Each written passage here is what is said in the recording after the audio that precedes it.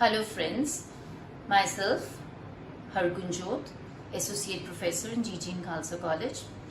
Today I am going to begin with a new series of English grammar, specifically for all the classes, not just for any specific one class, because this is a daily usage practical grammar which is even used in conversational English, not only written or maybe reading. While reading we have to use it in all the three spheres. While reading we can correct what is wrong, and while writing we need to know how to write a proper sentence, and while studying or while speaking we need to be articulate. We do not want to give the other person this impression that we are not very comfortable with pronunciation as well as with the parts of speech. So we begin with the parts of speech. On the face of it, you will see that I am talking about very common things. Why am I teaching about such a base level grammar? This is very, very important, my friends, for you to understand that all these components, all these 8 parts of speech, namely verb, noun, pronoun, adjective, adverb, preposition, conjunctions and interjection, to which we just slide away that it's too common. They are the basis of our conversational, reading and writing English. So I shall take on each of these parts separately by citing you examples that how do we make them incorrect and how can we make the correct usage of them in our speech. Now coming to the first part of the speech, that is verb. We are all familiar with this, that verb expresses actions. Actions can be talking, walking, sitting, standing, working in the kitchen, anything that is action. Events, some things which are happening, like I'm teaching you, I'm going to a conference, so, or state of being. I am not feeling well is another case of state of being. I'm going to give you example for each one of these.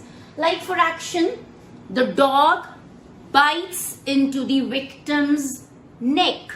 When I say bites, it is an action which is taking place.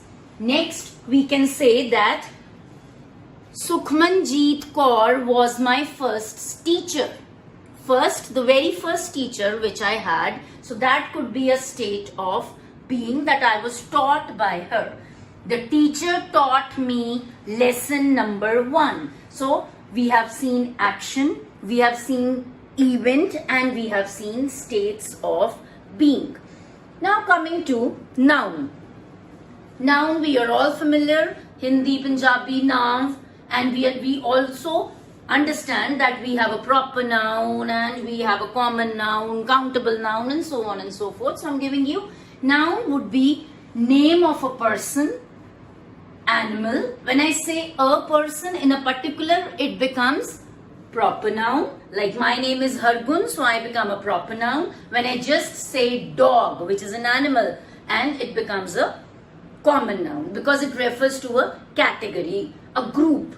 Then place, when I say Ludhiana, I say Amritsar, I say India. Thing could be this marker, this whiteboard.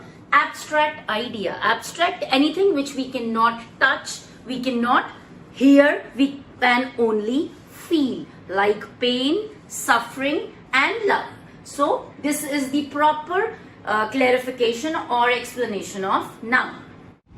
Pronouns, the third part of speech, is used to replace a noun in order to make sentence less repetitive. Like we do not want to keep on repeating the name of the person. We can replace it with the personal pronoun I, you, he, she, it, we, they. These are all, what are they? They are personal pronouns. They are used to replace names.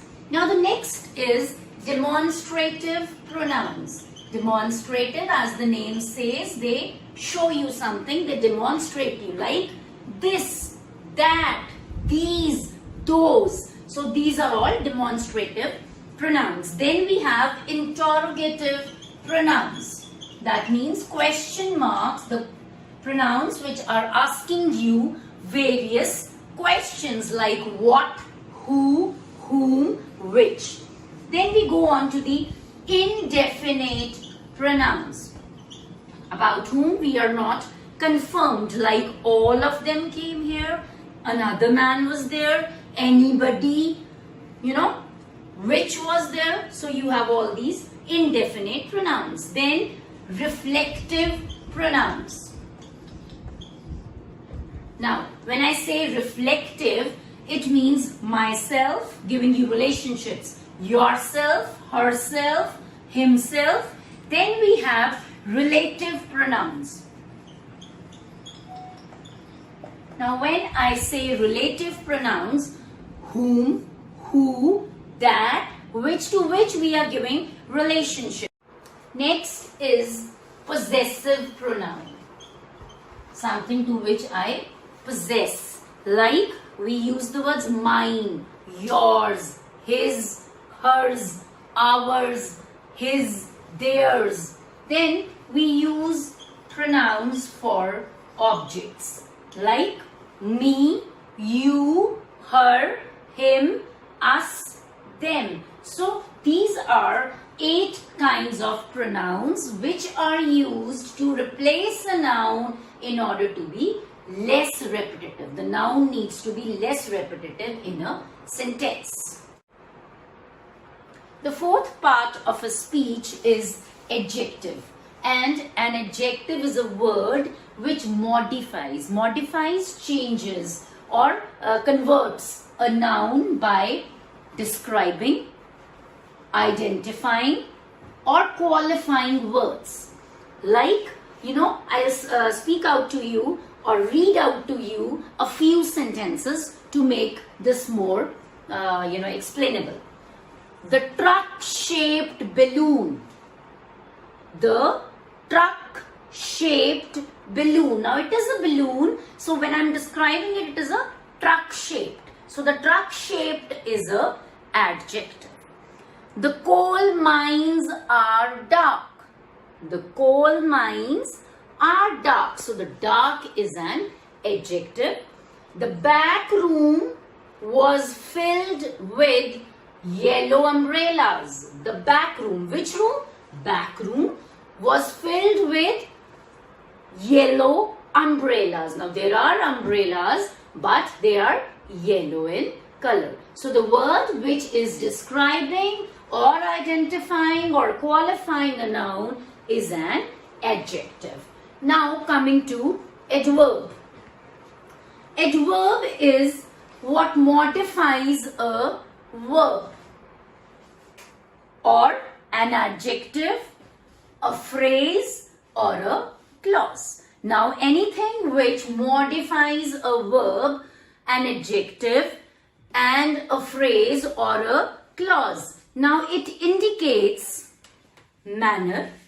How do we understand that what is the adverb showing us? It either indicates manner or it indicates time, what time it is, place, definitely, cause, what was the reason, and the degree. So these are a few questions which an adverb answers. And a very simple formula in when we are given a word to be converted into an adverb or use this word as an adverb is simple, that you can add the suffix ly to it and it becomes an adverb. Easy. This is the very simple thing which we suffix means Hindi Punjabi mein 75. So anything ly added to a given word makes it an adverb. Now coming to the 6th part of the speech, that is preposition.